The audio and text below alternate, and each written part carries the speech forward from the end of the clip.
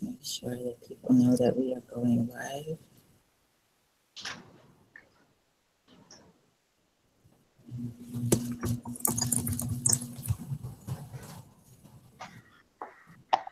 All right, so welcome, and I just want to thank you guys for agreeing to talk about this topic. It's been a pretty tense few days in BFT, I think, which speaks to the seriousness of these issues and how people sort of view them differently. So Sean, who was supposed to be with us tonight and may or may not make it, suggested we do a hangout, and we haven't done one of these in over a year. And I think we probably should get back to them. There are definitely a lot of topics that we could probably better address using this format and this platform. So he suggested that we do this hangout, and the three of you were kind enough to accept, volunteer to be here. So we're talking about consent, coercion, and sexual assault, which for the last several months has been in the news a lot. Primarily because we see a lot of celebrities being accused of sexual assault, a lot of CEOs being accused of sexual assault. And in most cases, you know, it's clear who's in the wrong. The power imbalance makes that pretty clear. And also that it happens in the workplace, a place where you certainly don't expect these things to happen. And so I think partly what brought this issue to the fore in BFT was last week, or I guess maybe almost 2 weeks ago now, there was a babe.com article in which an anonymous woman accused Aziz Ansari of sexual assault. And I'll link to the article later, but if for those of you who read the account, it was very detailed in it, a detailed account of what happened between them. But also, I think a lot of people walked away feeling very unsure of exactly what happened because she, Grace, said she gave nonverbal cues initially and then finally gave verbal cues to which she responded to. And so it brings up the whole issue of what constitutes consent. You know, how do you ensure that somebody is consenting to sexual intercourse or sexual acts? And how do you, for some people, how do you demonstrate that you are consenting? So just gonna invite our guests to initially introduce themselves, tell us a little bit about yourselves and sort of why you're here tonight. And I'm gonna start with you, Chris. Okay, my background is fairly diverse. I have a degree in industrial design, which means that basically I'm a product designer. I could design about anything. Um, so I'm kind of artsy in that sense, but also I have a background in theology. And I actually went to the seminary for 2 years before deciding, you know, that wasn't really for me. So that's kind of the eyes that I come with. I'm very analytical and I appreciate philosophy and, you know, sciences and stuff like that. So when I look at situations like this, I look at it, I wouldn't say differently than other people. I don't really know that, but I do look at it in a peculiar way, which sometimes helps me, sometimes hurts me because I overthink sometimes. But otherwise, you know, I feel like I'm still growing in this area myself, still learning. And in fact, I learned a lot over the last few weeks with all the various posts that we had and whatnot, particularly in terms of what I was calling the changing views of what would constitute assault, sexual assault, rape nowadays. And because it is getting a lot more nuanced than it had been previously. in days gone by when, you know, it was almost expected that a man would behave in a particular kind of way.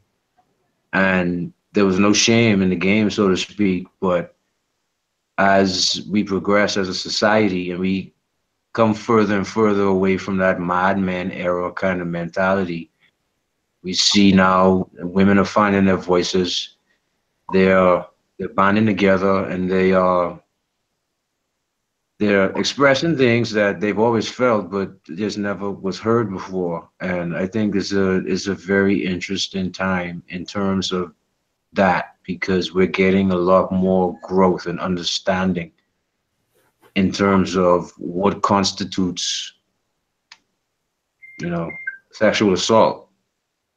And I think this is an important topic, because while I see women really sounding the alarms and trying to educate men, it's like the thing is, a lot of men just don't get it. And it's not that they're bad. It's not that they're necessarily rape apologists. It's just that, you know, and like I mentioned this in a comment before, it's just that that's just not how we understand it, you know? And so I'm really here just to kind of see what else I can learn and what I can contribute from my perspective, you know? Great, thanks. Chantal?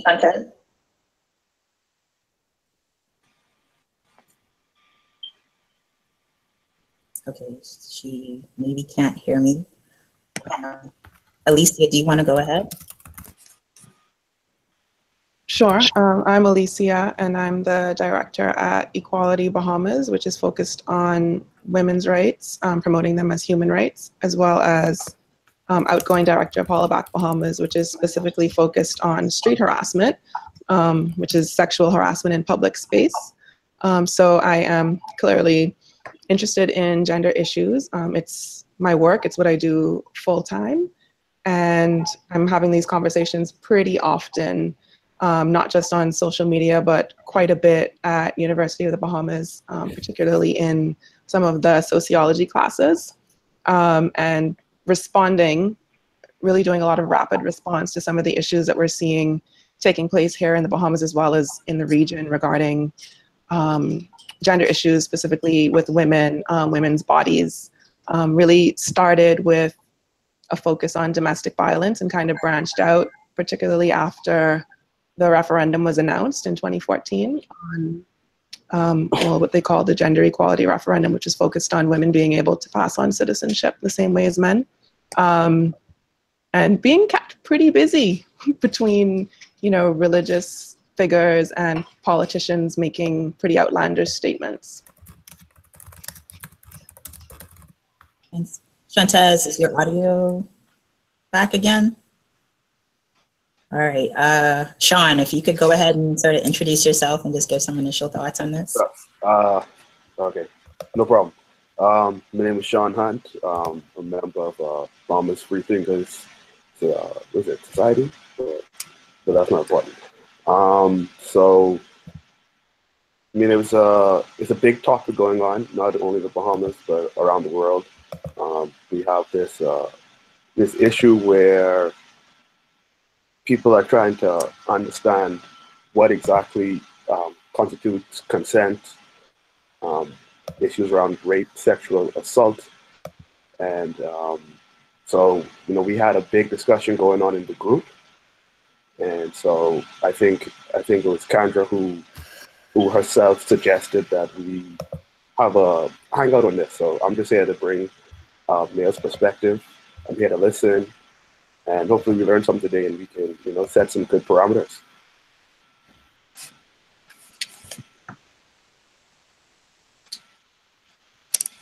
Thanks. It's actually you who suggested it, and I just took that as you were game to do it. So let's sort of start with what it means to consent, or what is consent, and how people view that, and how maybe views on that are changing, and the standard of what is considered consent is changing. do one of you guys, I know you can't be with us very long, Sean, do you want to talk to that issue first? Oh wait, Shantaz, are you able to talk now? All right. Sorry about the technical issues, guys, but can you go ahead, Sean? All right, so like I think the other thing that like kind of inspired it is, so recently I saw, it was a video I think about this pilot program they have in Kenya, where I think in somewhere in Nairobi, they're teaching young boys from like primary school age. I think it's called No Means No, and they're teaching men, well, little boys at the time, how to protect women. I guess, you know, what is acceptable and isn't acceptable in you know, in relationships or just your everyday interactions. And so they've had some success so far. I think the stat said there's a 50% decrease in rape incidents, and just a lot of the guys, they're less prone to violence. And so when I'm seeing that, I'm thinking to myself that is ingrained by society, subconscious or, you know, outwards. So this is just something that I really think needed to be discussed, because I think it's one of the things we as society, we don't really speak about. It's one of those things we kind of just let be. And when, you know, there are issues and problems arise, we get, you know, frustrated, we get angry at a time. But if we don't talk about these things, then we can't expect, you know, people to behave in a certain way or what even is acceptable. So this is just, you know, I guess this is just a start, you know, and hopefully that we can get some good results. Can you share, I guess, if and how your views about what consent are have changed over, I guess, since you became sexually active? Or with your current? kind of, well, all right, I wouldn't even say change as much as well, I said I was going to use evolve, but I guess there's a change. But I just think I have, in the last few years, I've become more empathetic of, you know, how I would treat a sexual partner. And, you know, I think that's one of the issues as well, that, you know, people just don't care. They want to get what they want to get. And well, damn the next person, you know, I'm going to get something. So I don't care if they're feeling some type of way, or, you know, if they're in a certain mood. Hey, I'm gonna do something. So I just think for me, I just become a lot more empathetic. You know how the other person is feeling. All right, Shantaz, if you can chime in here. Sorry, that was cutting in and out. Was there a question, or did you want me to introduce myself? You can introduce yourself, and we started to talk about consent. Yeah, so I guess, yeah, so I'll introduce myself. Shantaz Dillett Wilson. I work with the Organization for Responsible Governance, but I actually have a long history in positive sexual peer counseling and education. Starting in college, I was a peer counselor. So during orientation times, etc., I would give seminars on how to have positive sexual experiences, how to avoid rape and avoid raping someone, I mean, from that point of view. So kind of how to ensure you have consent, and how to create more positive sexual experiences that weren't quite so violent. But also, I was a peer counselor and was an activist with Take Back the Night, which eventually led to, in New York, being one of the supporting organizers for the Slut Walk, which was a large international movement against slut shaming and victim blaming in sexual assault by authorities and by the law. And here in the Bahamas, I have been a volunteer with the Crisis Center for 8 years, not coming up on 9 years, I guess. Most of that has been in community organizing, but in more recent years, I have switched over to advocacy and hotline volunteering because a combination of time constraints and different interests. Why I'm here today, because clearly this is something that I'm passionate about. And with regard to, I suppose, consent, I didn't get to delve in to a large amount of what occurred on BFT over the last couple of weeks. I will say one of the reasons that I got started in this kind of work is because I myself am a survivor. So while this was all going on, I was coming up on the 15th, 13th, something like that, anniversary of my own assault. And so I kind of stepped up. But with regard to that, from what I could see, I think that there's clearly a real issue that kind of goes beyond the legal definition of what is assault and what is rape. And that is that we are having toxic sexual experiences. And not just that, we are creating a culture that encourages toxic sexual experiences. And while both sides are being, it's to the detriment of both sides of this sexual equation within heterosexual sexual encounters, clearly women are bearing the brunt of this in a much more pronounced way, based on the ways that that women in general, but of course the women in BFT have reacted to the conversation. And so I think this is a good conversation and a starting point for us to address that, not just talking about kind of how do I not rape someone or how do I not coerce someone to have sex, but let's like reframe it as how do I create a positive sexual experience for the person I'm having sex with and for myself. And Alicia, your thoughts on this, on consent and how you see that changing?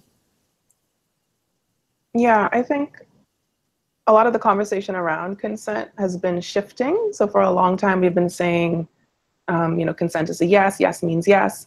And now we've been having to say, no, it's been no means no. And now we've been having to say yes means yes, and not just that, but only yes means yes. So, somebody, giving you a winky face or whatever doesn't mean yes. And a lot of times people will say, they're confused, they're getting mixed signals, and that kind of thing. And that's because we're depending a lot on body language, or we're depending on previous experiences with a person to let us know whether or not they're willing to engage in a particular activity. So I think it's really important to talk about the fact that consent is for a particular activity at a particular time. So, consenting to something today or right now doesn't mean that I'm okay with that same thing tomorrow, because I could decide that I didn't enjoy that activity or I don't want to do it again with you. And realizing that consent for one thing doesn't mean consent for the thing that you think it naturally leads to. So just because we are, making out now doesn't mean that I want your fingers in my vagina, kind of thing. And being really clear about that, and the fact that you really need to be in real communication with the person that you're with and not make assumptions. It's really important that you're certain about what the person is comfortable with doing and what they're comfortable with doing with you. So just because you know that this person has done this thing with somebody else doesn't mean that they want to do it with you or that they want to do it now. So really thinking about being sure, not just for the other person, but for yourself, because you don't want to be in a situation like, some of the men that we've heard from who said that, they thought everything was okay until the situation turned, or, it was over and they heard from the person the next day. And a lot of times I think we're not trusting that, okay, so this man really thought that everything was okay, but you never actually got that yes. And it's because we're not having these conversations, and people will make it seem like, well, consent isn't sexy. It's not sexy to ask somebody, is it okay if I do this? Is it okay if we transition? Consent is sexy, though. I think it is. There are ways to make it sexy, and we could probably talk about that a little bit, but people feel like it's ruining the moment, like they just want to, very smoothly move from one thing to the next. and not ask the question. But it's so important to ask the question and get the response and accept the response that you get. Because you want the yes to be enthusiastic. You don't want it to be because you've been begging. And I think that enthusiastic is important there. And then you've said a lot of things that are important. I think that the fact that consent needs to be continuous. Consent can be withdrawn at any point in time. You need to be checking in throughout. Both persons need to be checking in throughout. If you have any shadow of a doubt, you need to be asking if it's okay. And quite frankly, that doesn't have to stop momentum.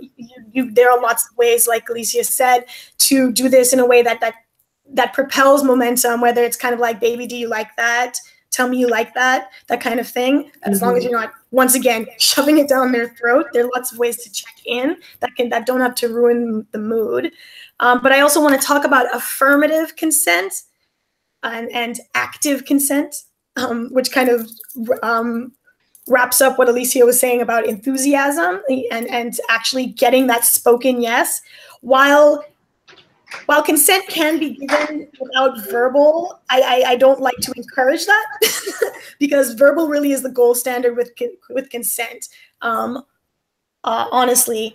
And as far as active consent it just reinforces that the person is reinforcing that verbal yes with their own advances, with reciprocating the ways that you are responding to sexual stimulus. They are also reciprocating that kind of behavior in the way that they are initiating some kind of contact as well, or they are enthusiastic, like Alicia said, about the prospects, etc. And I think that these kinds of nonverbal cues are important to back up consent because of a spoken yes, there's a lot of ways that can also actually be not consent, both in the court of law and outside it. Chris and Sean, do you like this idea of affirmative consent, or sorry, consent being sexy? Because I think a lot of people because I think I said it at one point, an enthusiastic yes, like that should be the goal. And I guess people don't understand what that looks like, and at least you said you can I think definitely get into how to make consent sexy, or because I think people can't conceptualize what this process looks like. If you're intimate with somebody, how do you ensure that they're okay and you're okay at every step? Well, I'll be honest, like the idea of getting verbal consent, that again, this is one of those things that is kind of new, because in my perspective and from the way I grew up, it was always kind of one of those things where if you were to ask explicitly, you would more than likely not get the kind of response that you would want.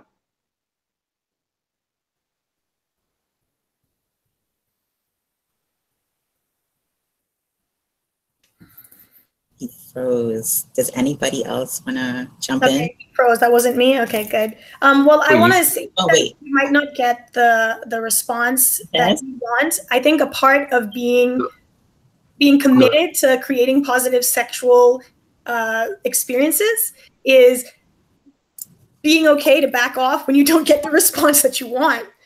No. Of course. But what I was kind of getting at was, like, I was taking some notes when earlier somebody mentioned that people considering body language cues to be kind of like the main way that you go about discerning whether or not it's consensual. And that's the way I understood it. Because, for example, like, there's this idea that if you're too forward with your advances with a woman, for example, you might set off the slut alarm. I just kind of coined that term. That term doesn't really exist. I was going to say, what's that now? Right, but it's like, so the scenario I'm kind of hinting at is, if you're with a girl you like each other, right? But if she thinks that you may not, this is tricky. This is where it's tricky, but it's like if you're too overt, you could trigger her defenses because she doesn't want to look like a slut, right? Because that word is a word that people use to demean women, and that women use against other women's to put them down, and then even men, right? Oh, she's such a slut, blah blah blah blah blah, whatever. It's one of those things. It's like it's a label that women try to avoid having applied to them at all costs, right? So if you're too overt, and then she says yes, then the idea there is that you may trigger her slut defenses, her anti-slut shaming defenses. And she may say no, even though she really means yes. And that's because she doesn't want to seem easy or like a slut. So that's how, I'll be honest, I can think of many occasions where I would have loved to have gotten a verbal enthusiastic yes, right? But in the way I understand things, that's just not normally how it happens, because the majority of communication is nonverbal. Just want to say that. The majority of all our communication is nonverbal. So even when it comes to a man displaying confidence, right? If you aren't confident enough in yourself, that can kill the attraction, that can kill the interaction. And in some instances, at least it appears to me that sometimes if you have to ask, right, then you're not that confident. So this is one of those areas where it's again counterintuitive in a lot of ways, because nonverbal communication is the primary means of communication between humans. And especially in this kind of situation, like I can literally count on two fingers the amount of times that a girl has expressed something, expressed her sexual desire for me in such an overt way. That just normally doesn't happen. At least not in my experience. It just normally doesn't happen. So if that's a man's perspective, that it doesn't normally happen that way, then it's not something that he's going to look for. Does that make sense? Yeah, I understand what you're saying. You're saying that women, and Alicia, you can chime in if you want as well, but you're saying that women, especially, like I said, within heteronormativity, are trained or socially conditioned to not enthusiastically pursue sex in order to avoid labeling. And I don't disagree with that. Depends on the context. I think that today we're seeing a little bit of a move away from that, but those things are still very pervasive. Right. Avoiding, like you said, slut shaming, etc. But yeah. I want to say, for starters, a call to men. This is an excellent call for you to become allies and to be the initiators of something of working against rape culture, because the idea that of playing coy and no means yes, that's rape culture. That is the type of thing that encourages the kinds of, not just the gray spaces that we're talking about today, quote unquote, but also actual, like, you know, it's a part of the systems that normalize actual prosecutable rape. So and that's, like I said, if women are perpetuating this, because, you know, the idea that only men perpetuate this is wrong. If women are perpetuating this in a situation, you have an opportunity here to be kind of like, you know what, consent is what it is, and you know, I can back off and find someone who is giving me more clear signals.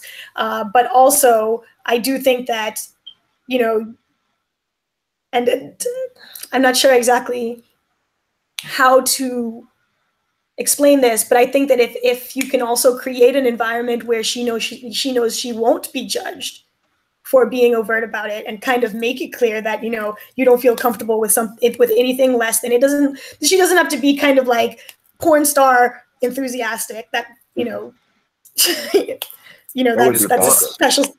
But, you know, anything less than a very clear yes it makes you feel uncomfortable, then, you know, then she has some responsibility also to either act honestly or back away from something she doesn't feel uncomfortable with, or allow you to back away from something that you don't feel comfortable with. I see you nodding your head there, Sean. You want to jump in? Yeah. I just, you know, waiting for my turn. So where we could see, like, we can have a paradigm shift.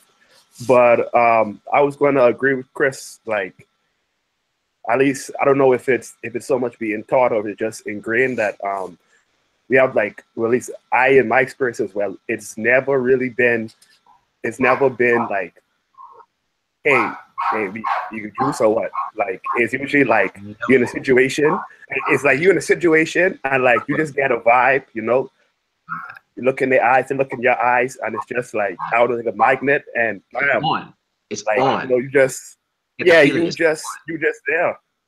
Whether that leads to intercourse or not, that has been my experience as well. And it's not only that, like, you look at our social cues, like you watch James Bond and stuff like that, you know, he says something that is unrelated completely to sex, and it's just like a wink or nod.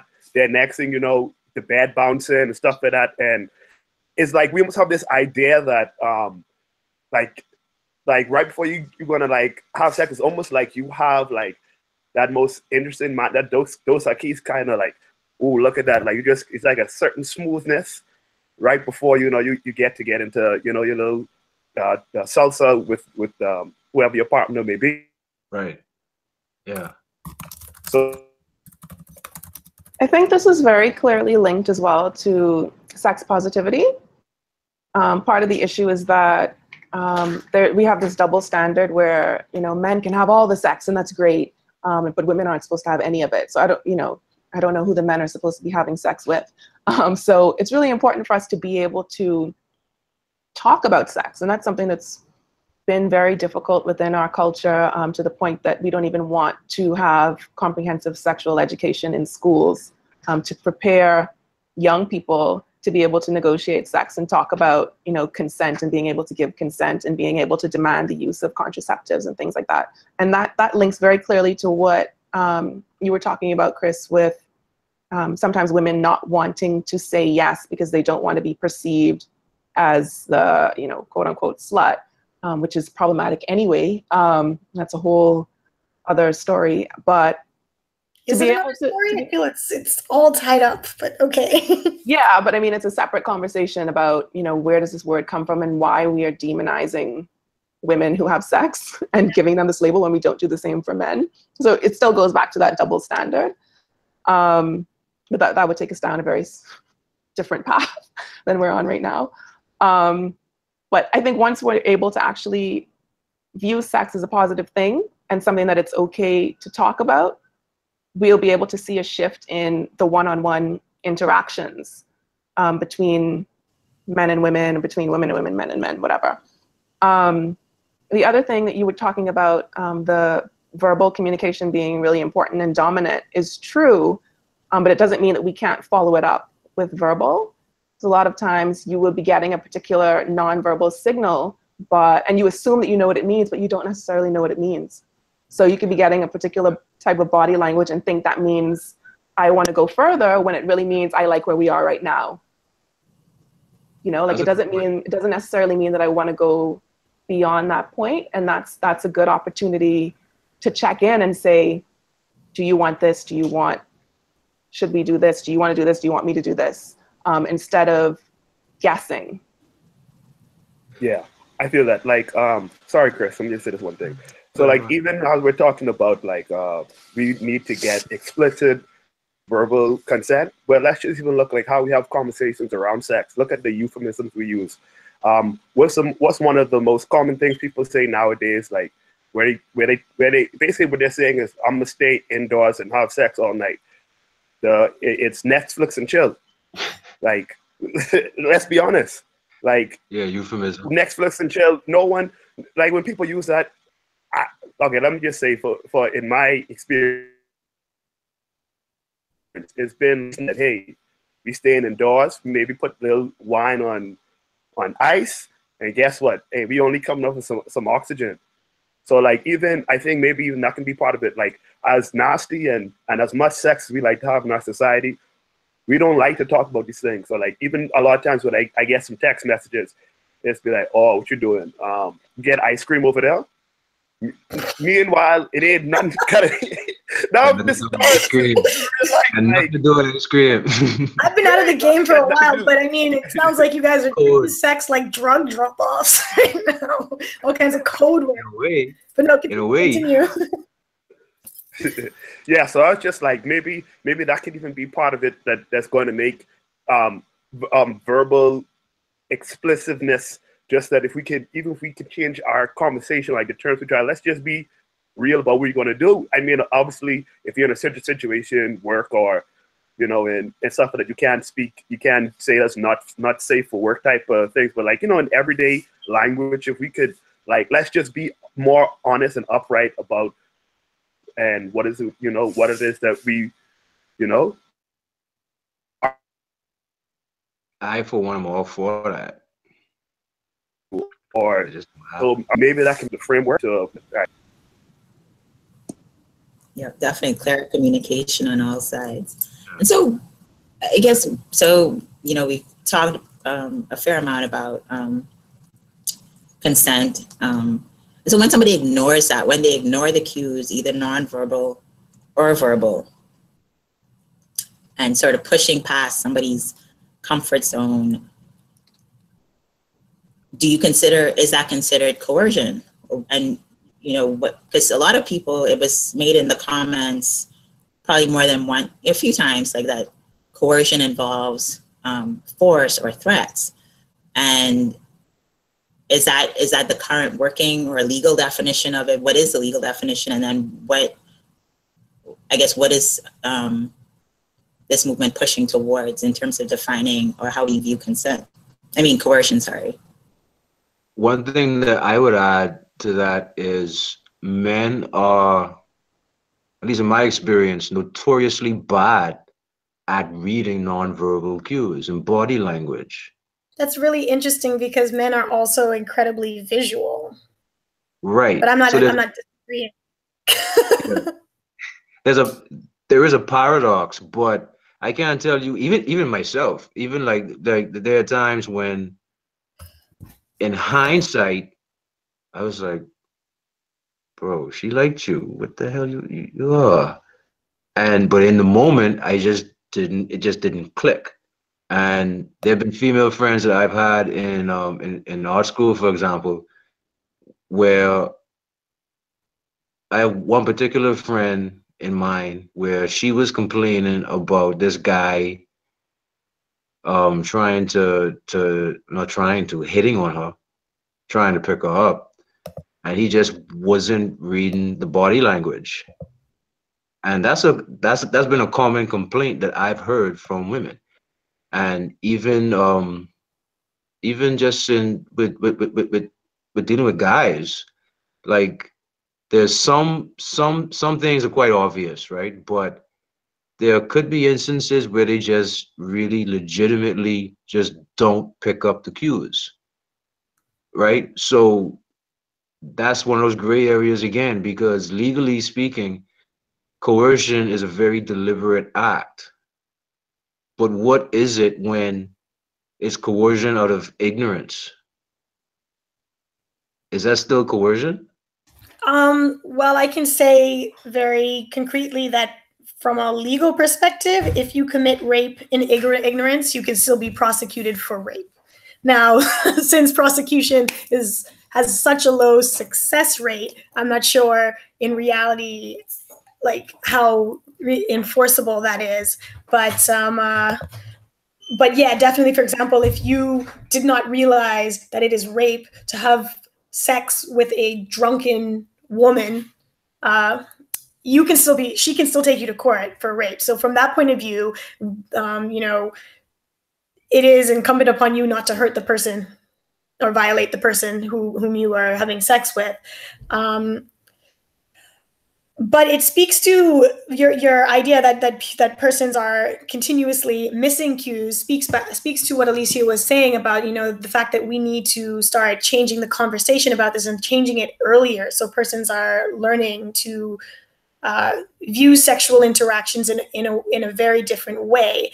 I spoke earlier about toxic sexual encounters, and a part of one of the things that I kept seeing repeated by persons in the thread was essentially that many women have been in this situation and feel very violated and feel very much as if men are not listening, are not getting their cues, but are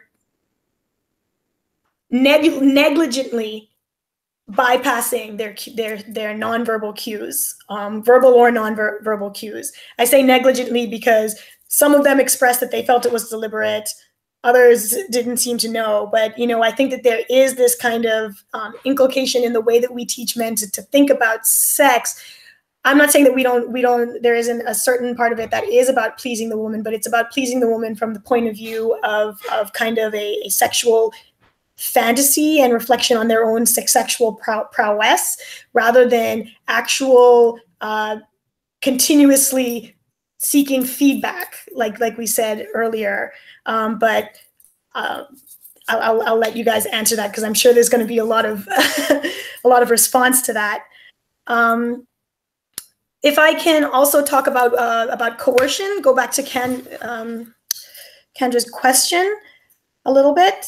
So with regards, pardon? I was gonna, because there are some comments in the comments/questions on the thread, sort of asking, so Charlton Gabrielle says legal definition of coercion included force and threats. The real question now is if juice me or else I get blue balls is technically coercion. And Renee follows, yeah, that up is any of that automatically rape? But I mean, we're not just talking about rape. I mean, I think that, I mean, I was under the intent we were talking about much more than just rape. So, but yeah, from the point of view of what coercion is, I have the Sexual Offenses Act open in front of me. And it doesn't actually use the word coercion, but it talks about ways in which things that define rape and things that define consent. No, it doesn't talk about consent specifically, but it talks about, so without consent, with consent that has been extorted by threats of fair or bodily harm, consent used by impersonation of another person, so deception, essentially, consent by false or fraudulent representations to the nature or quality of the act. So from a legal standpoint, it does not constitute rape. And I don't think that, I mean, I'm not sure to what extent people were saying that it is rape, but coercion goes beyond the legal scope of rape. I mean, of course, there's sexual assault and sexual harassment, which are also lesser legal terms. And I just want to add, Shantaz, that consent is actually defined in the penal code. So it kind of lays out that consent is void if the person is under a particular age, if it's obtained by means, I think it says, of deceit or duress. So, you know, it would be up to a court probably to decide what duress means. But if we look at the definition of rape, which is non-consensual sexual activity or sexual intercourse, then really? Well, no, yeah, assault, but then yeah. we would have to consider that the consent doesn't exist, and consent is void if it's coerced. So that could technically be considered rape. But I mean, just from the point of view of kind of what constitutes coercion, like I said, those things listed, and then what Alicia said within our penal code, and I don't think that anyone's holding our penal code as some gold standard, but nonetheless, it is probably what's in the law. Yeah. Yeah. So yeah, I think that some of the things would not be considered, but coercion does, especially from the point of view of persons working and educating in this space, have a broader interpretation, I guess I want to say, definition that does include manipulation. And once again, like the word duress, that can be flexible, honestly, not flexible, but I want to say that can be vague.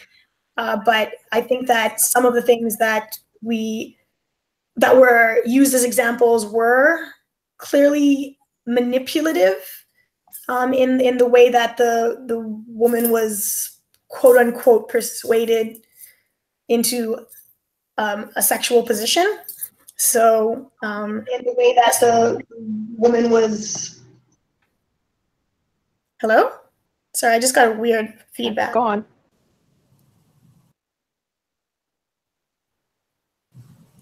Shantaz? Yeah, can you hear me? Yeah, we can still hear you. Sorry, I'm getting like a really weird reverberation, so I'm gonna throw it to someone else. It's like a little out there. I wanted to ask Chris, because Chris, you brought up, how did you phrase it? Oh my gosh, it just went out of my head. Oh, you said, what about if somebody is ignorant to the fact that they're coercing the person? And I was going through, like in my head, trying to think of an example of a person not knowing that they're coercing someone. Like, how do you not know that you're begging or consistently asking? Because I think even children know when they're like pressuring parents to get something. So can you think of an example where you wouldn't be clear that what you're doing is coercion? Well, the whole question about the one meme where in the picture that was posted, the lady talked about how most men don't know that what they did to us was rape, and basically that that was where like a big argument developed too, where it was like, is it bargaining or is it just begging? Like begging equals coercion, because what is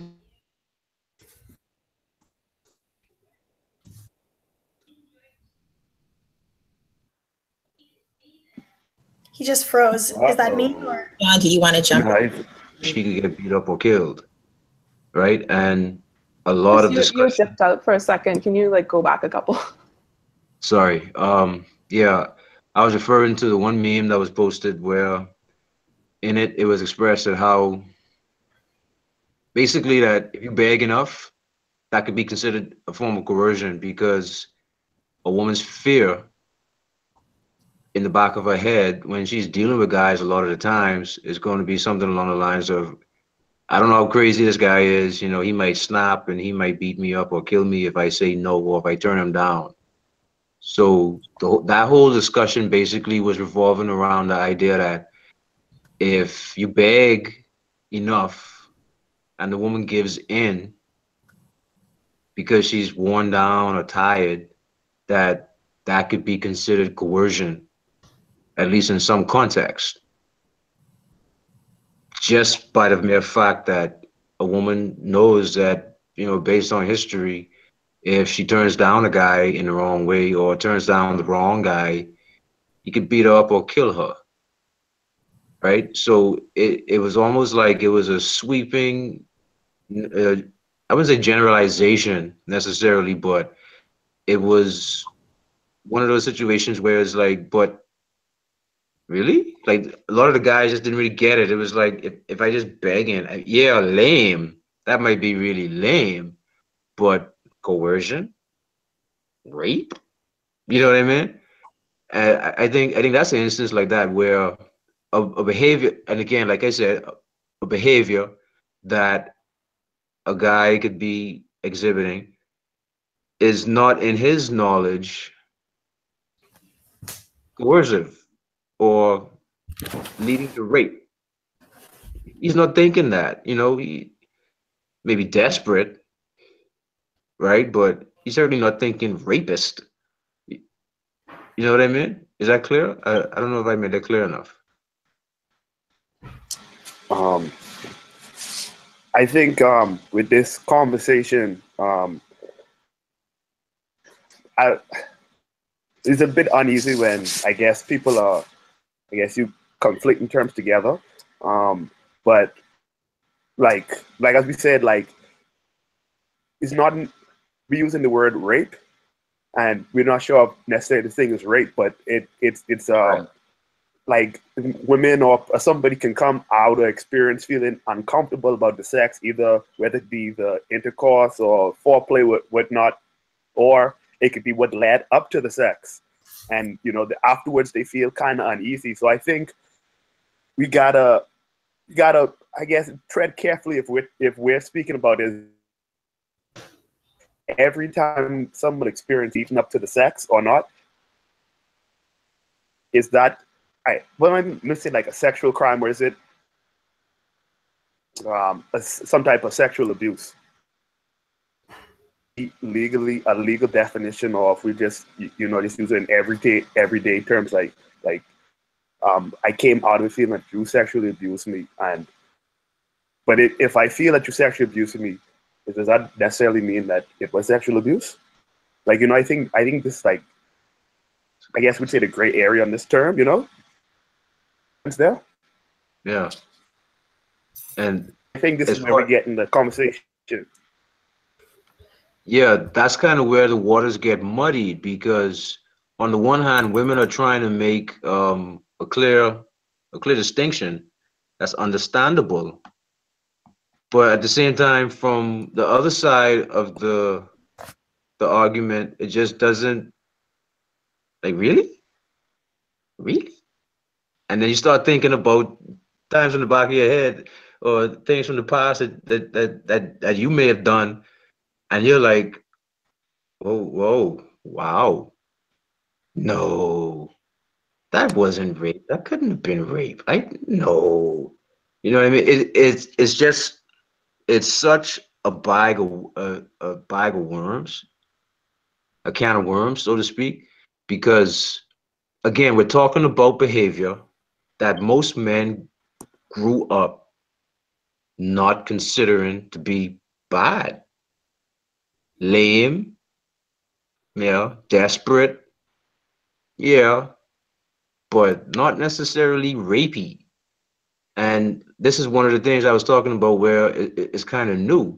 And I think that's why it caused such a commotion, because Yeah, the inertia. Yeah. yeah, so like you Okay. say, you beg I, woman enough, it's coercion, it's rape, I don't really? know if Alicia wants to jump in at all, but I wanted to, I guess, address some of the things that you said. I can't speak for some of those other women. I don't, based on what I remember of the meme, I don't think that would have passed muster, if I could say, for the definition of rape. That doesn't necessarily mean that I don't think that it was coercive behavior, but I think that those aren't necessarily one and the same.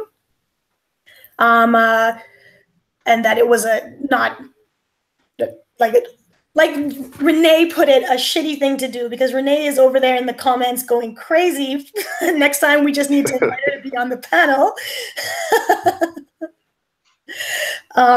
But yeah, no, I don't think that really counts as rape in the way that it was framed in that meme. Does that mean that someone who emotionally manipulates someone into sex cannot be charged with rape? I'm going to go ahead and say it would be hard in a court of law, but that doesn't necessarily mean by our own ethical and moral standards that it might not fall in that space. But because manipulation is considered to be one of the one way of coercion, but usually it needs very strong backup, like financial manipulation or manipulation of a power dynamic. If you are someone's boss and they have they have reason to believe that they could either be fired or otherwise be financially punished. But like I said, these usually have other supporting, other concrete supporting aspects to support the accusation of manipulation as a type of coercion.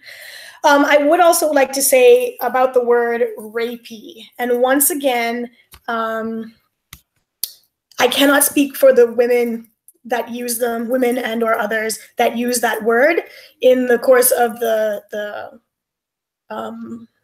conversation. What I can say is how it is used in my circles. Rapey, while it might not have been the most constructive choice of words in that, it would not have been entirely wrong in the way that I understand that word to be, which means not necessarily that you are a rapist, but that you are espousing views that either encourage or condone or are complicit in rape culture.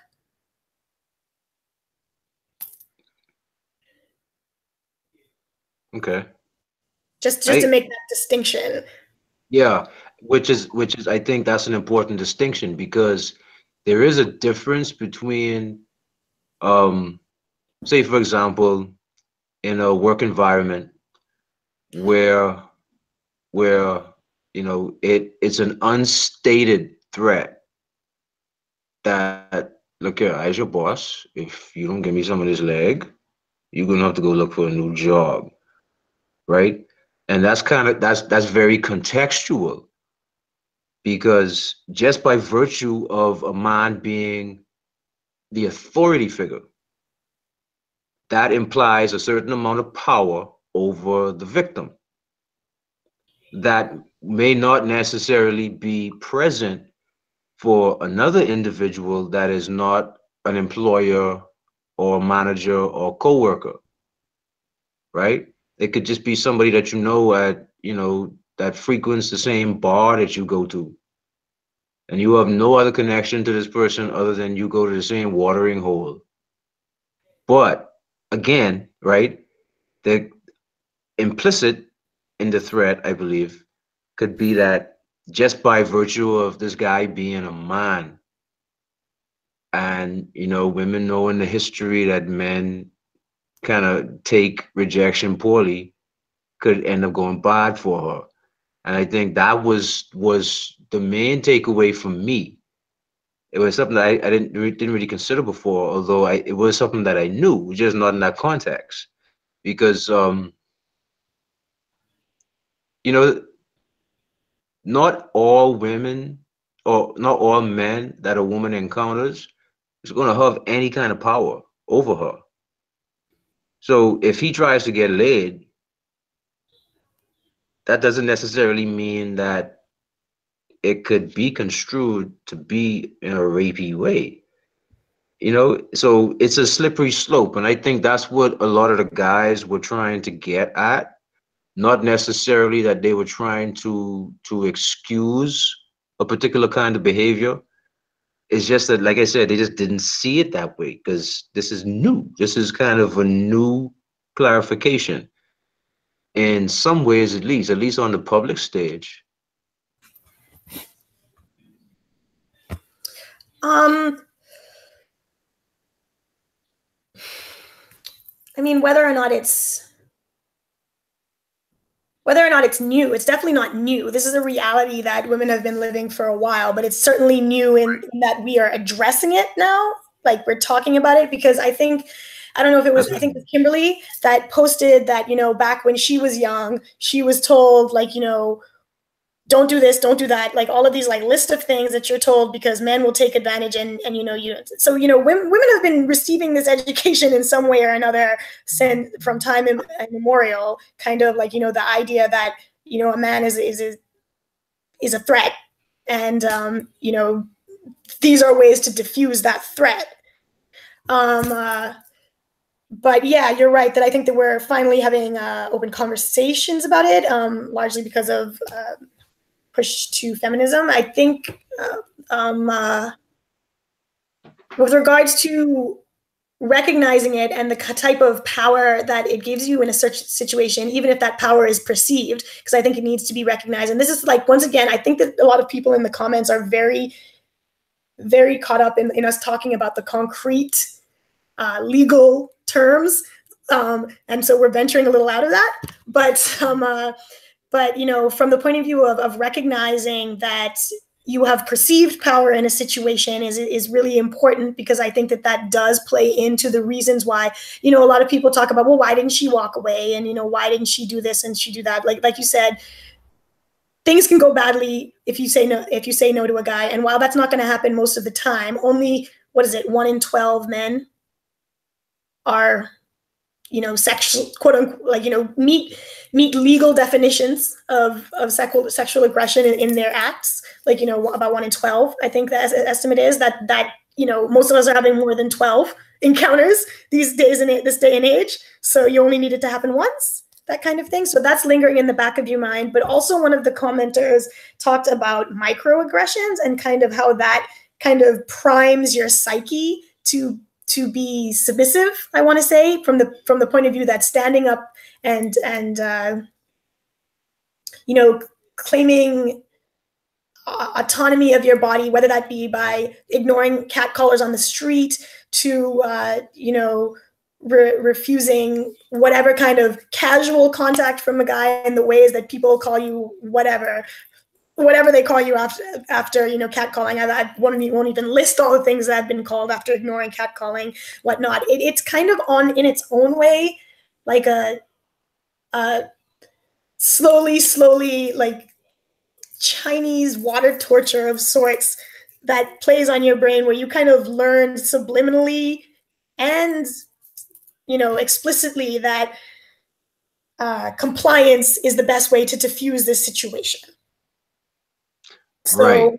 it's almost kind of like Pavlovian behavioral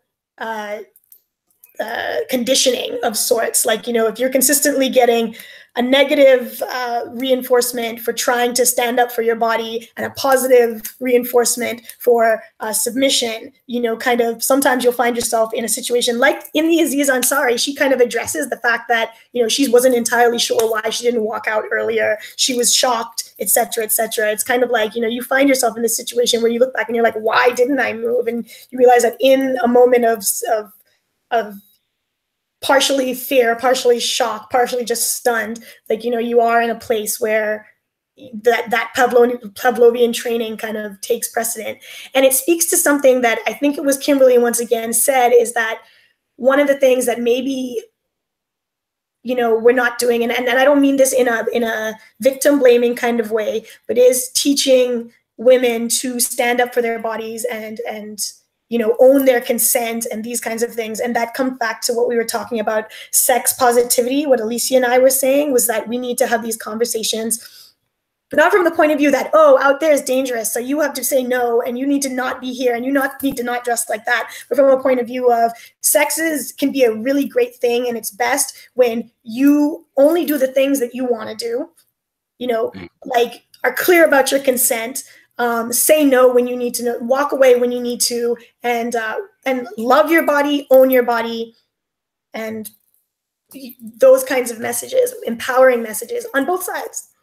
Yeah. To kind of touch on what you said a little, one of the best, well, I don't know if I can call it an analogy, but one of the best pieces of advice that I came across for a man to understand what a woman feels when she's dealing with men is to understand, one, that every woman that you know has experienced some form of sexual trauma.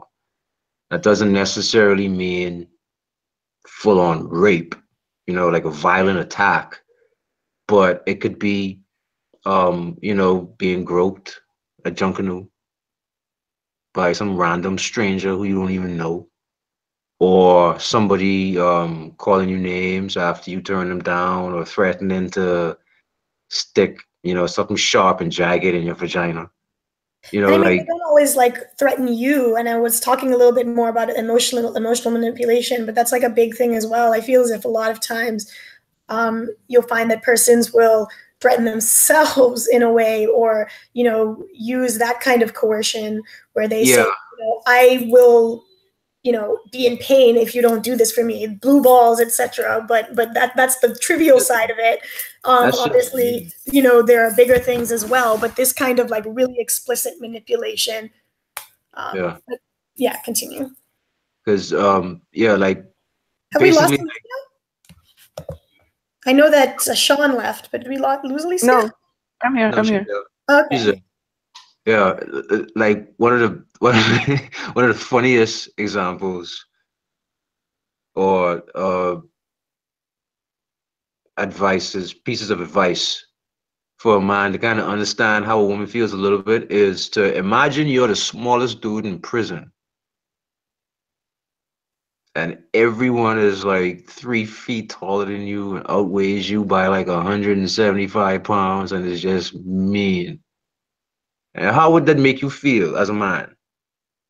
You're the smallest dude in this whole prison filled with these animals. And you know that if one of them decided that they was going to have their way with you, there was absolutely nothing you could do about it.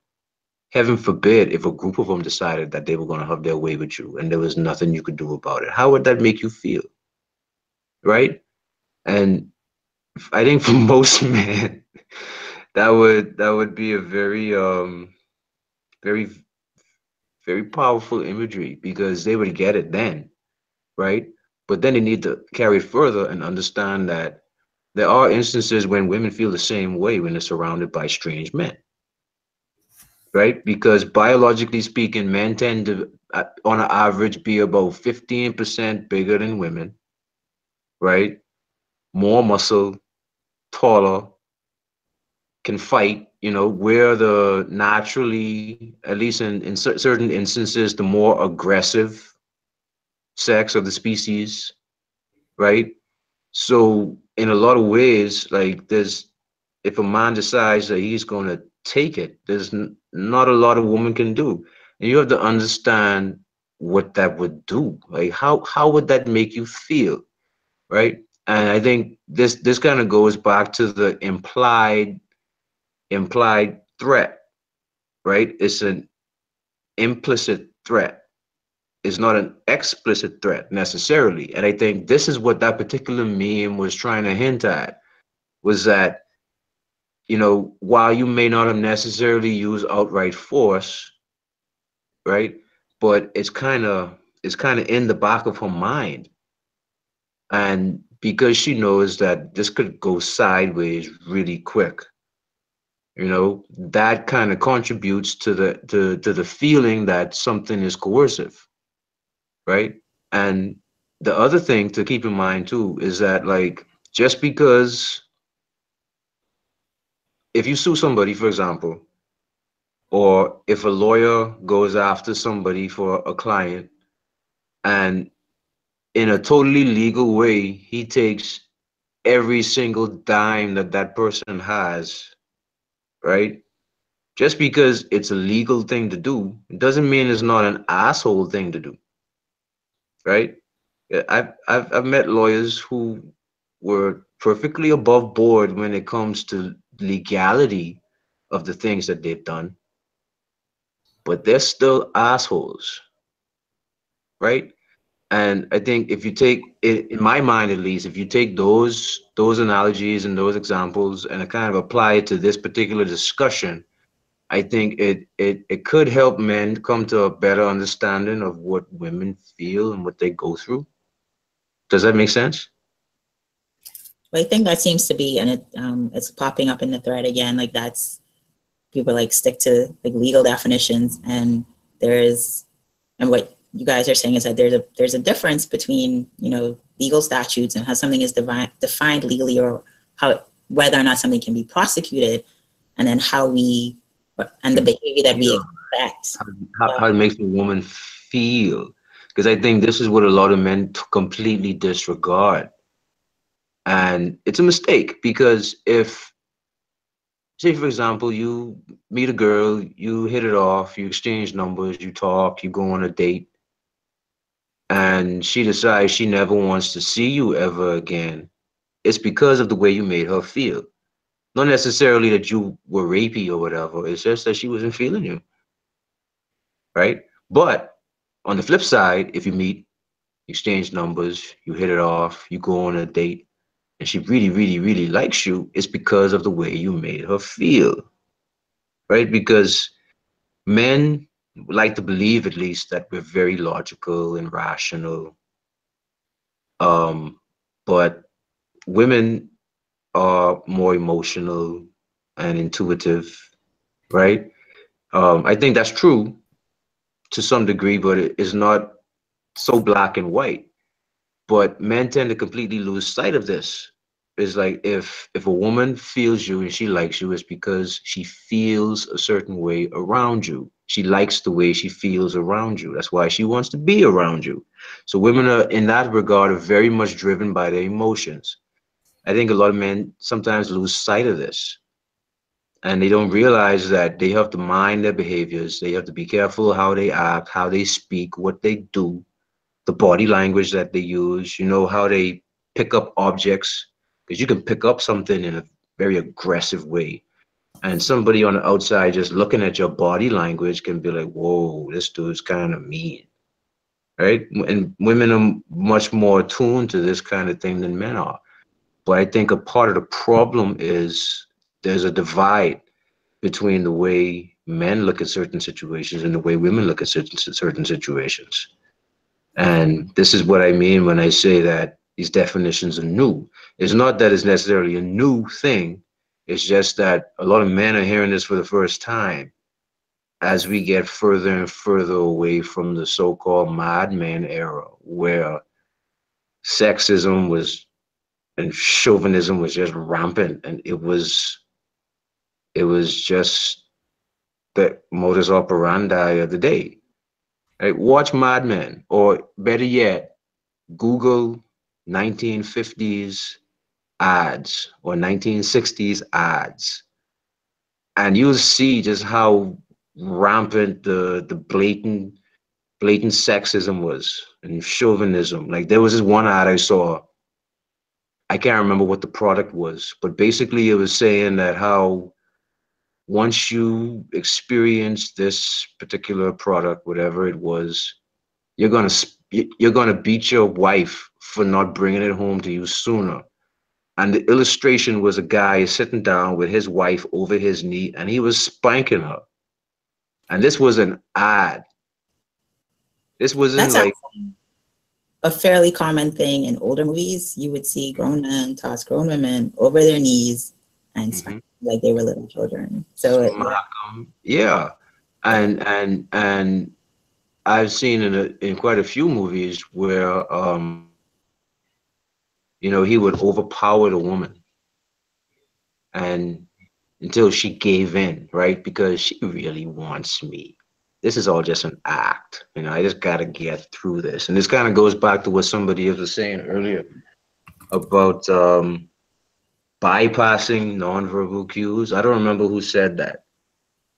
But this kind of goes back to what we touched on earlier, again, where women feel like they can't necessarily be totally open about their sexual desire because they don't want to get labeled in a negative way.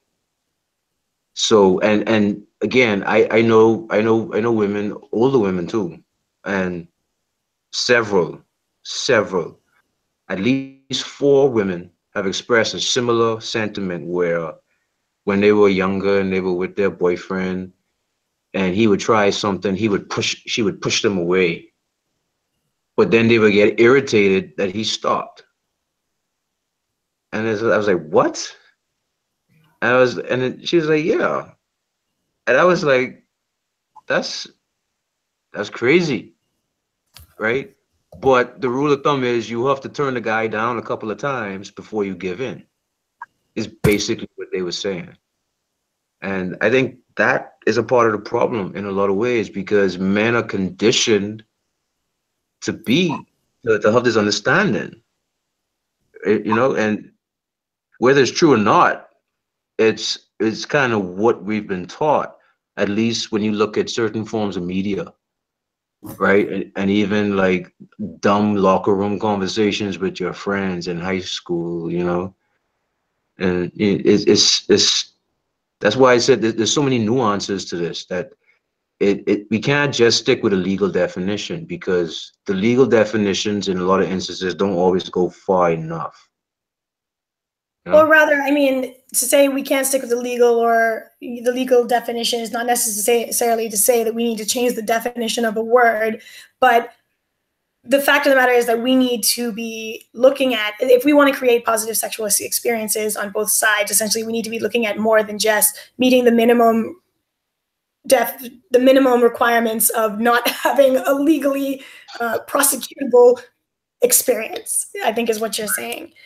But Right. if I can shift the conversation a little bit to something that I think might be also a little bit at the root or some of the contention that came out of that conversation was kind of the idea of the use of the word rapey, and then just some of the ways that things went back and forth. It kind of brought up the question, I suppose, and even just with people saying the Me Too movement, quote unquote, has gone too far. It brought up the idea of kind of how do we, I guess, how do we address persons who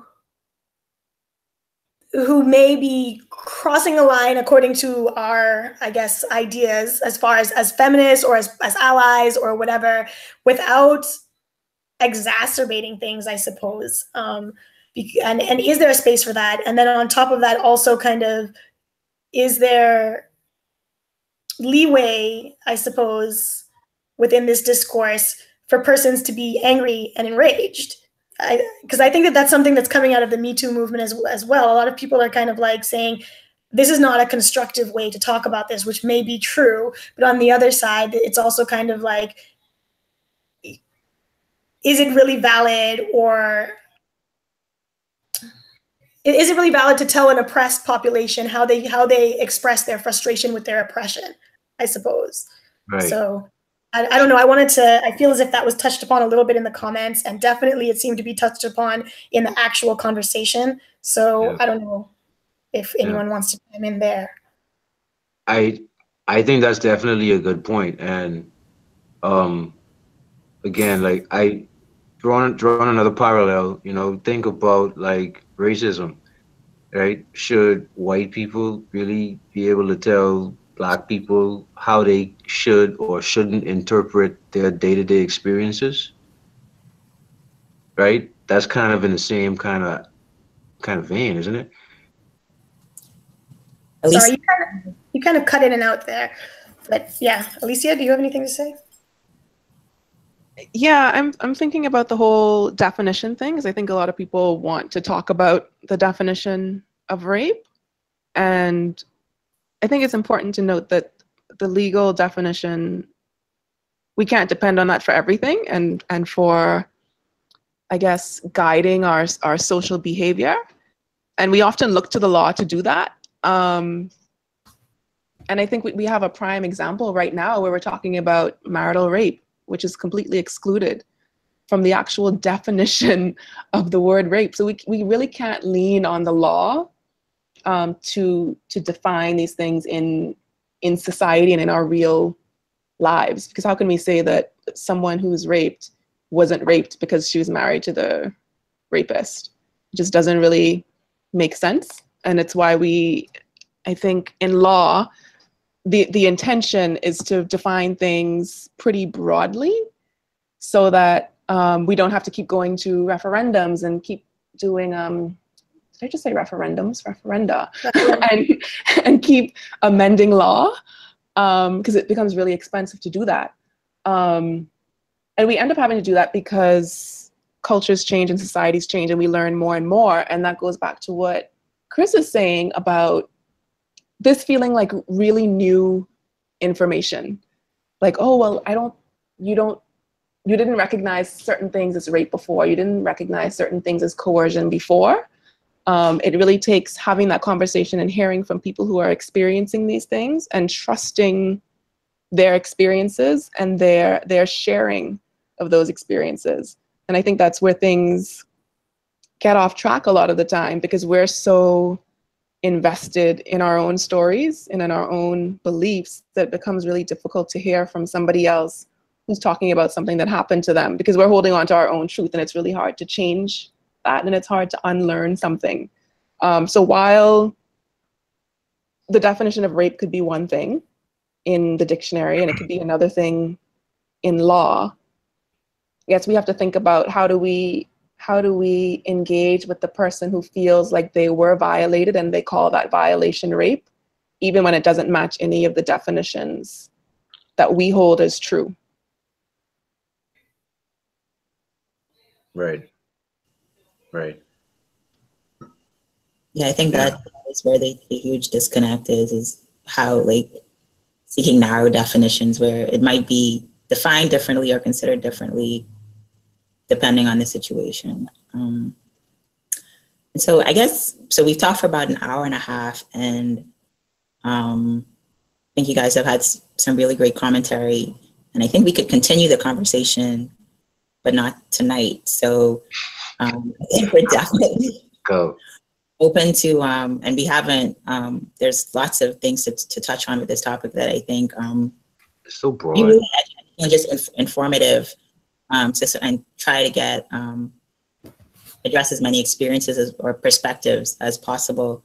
But if you want to like give any closing thoughts or where you think we need to continue this discussion,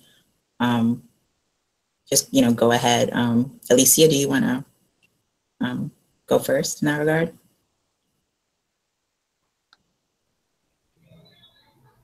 Alicia?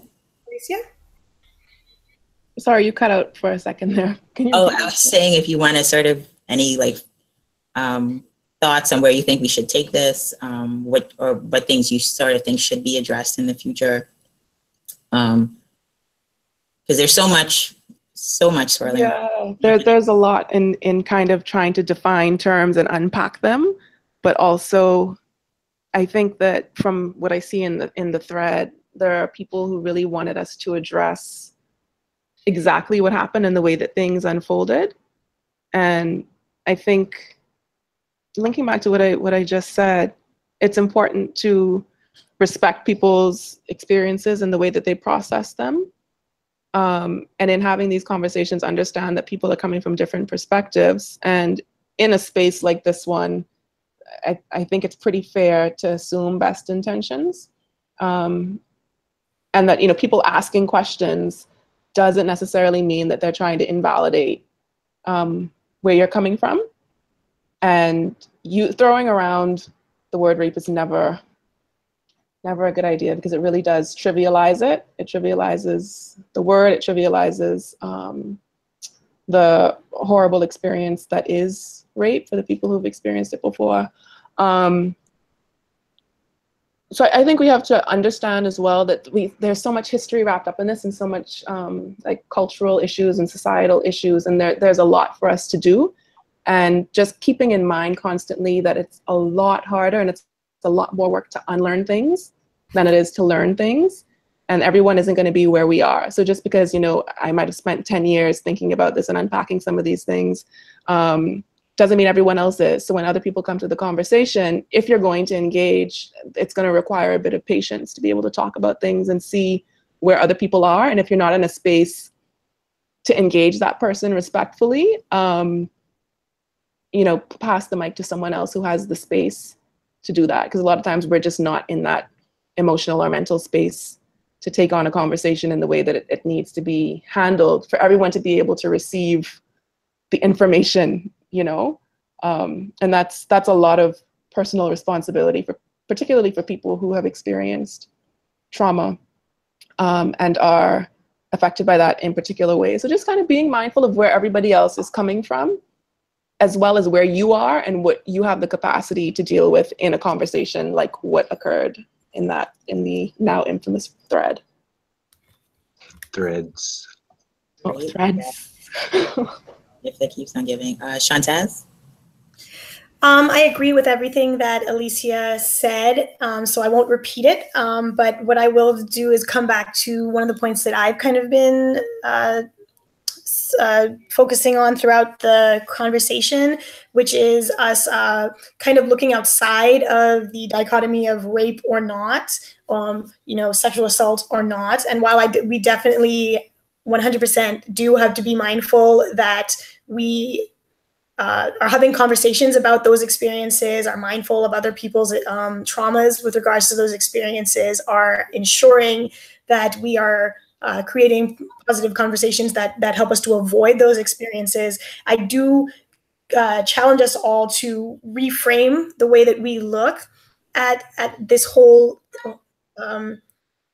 mess, I guess, that is sexuality, and try to neutralize it of some of that toxicity by thinking about sexual encounters in ways that we can maximize positive experience for everyone involved. So going above and beyond not violating someone to the point where you are actually actively trying to create a mutual positive experience, and of course, including within your definition of that positive experience, affirmative, active, enthusiastic consent, amongst other things. Thanks, Shantez. And Chris, any closing thoughts on this? I think I said a lot of what I can say on this, but I'm just looking at some of the at this latest thread. There's a couple of comments here that I think is worth pointing out, specifically because it's a little bit going against the grain. Maybe that's not the right term, but one of the comments is, thinking somebody might rob does not mean you got robbed. Being afraid of stuff does not make your fear a reality. I think that is worth mentioning, because in a lot of times, in my experience, like, some people get too caught up in ideas and feelings and emotions, and they're not really objective enough. And then another comment from the same commenter was that calling everything rape kind of downplays the seriousness of rape. I think those are, just to be a little bit more balanced, just to kind of balance things out a bit. I think those are good ideas to kind of mention, just to kind of throw in there, because this is a very emotionally charged topic from both sides. And there is a tendency for logic to kind of get thrown out the window. And I think those comments are very sober comments, and kind of point to the importance of, while we should take into account the emotional aspect of this topic, we still need to be objective, particularly because it affects so many people, and not just women, men too. And I'm not even just talking about men, being raped, but men being falsely accused of rape, because that does happen. That does happen. I know of several instances where, a few guys were accused of rape, and, later the accusation was recanted after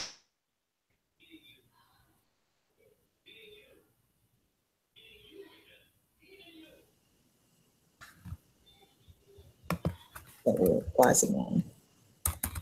I mean, it's not something that I want to put out there that disregards it, right? But like I said, we have to be objective and we have to be rational when we're talking about this particular topic, because it is so important. And I think that's really all I have to add. Great.